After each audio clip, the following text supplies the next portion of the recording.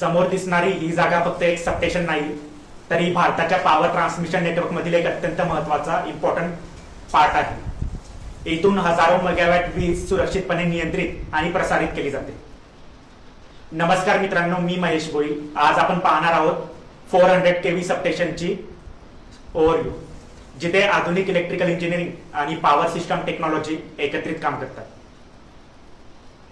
आपण दररोज घरात जी वीज वापरतो, पण त्या विजेमागे किती मोठी व्यवस्था कार्यरत असते याची जी कल्पना असते ती अनेकांना नसते।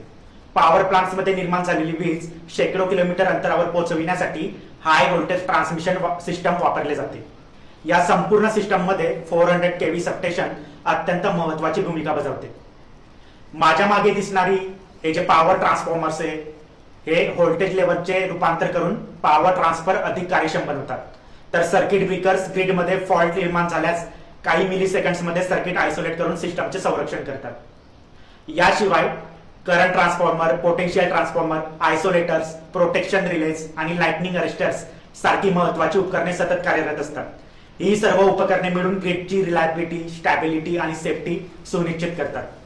म्हणूनच पुढच्या वेळी तुम्ही घरातील एखादा स्विच ऑन कराल तेव्हा लक्षात ठेवा, त्या साध्या दिसणाऱ्या विजेमागे अत्याधुनिक तंत्रज्ञान, विशाल इन्फ्रास्ट्रक्चर आणि हजारो इंजिनियरचे योगदान कार्यरत असते।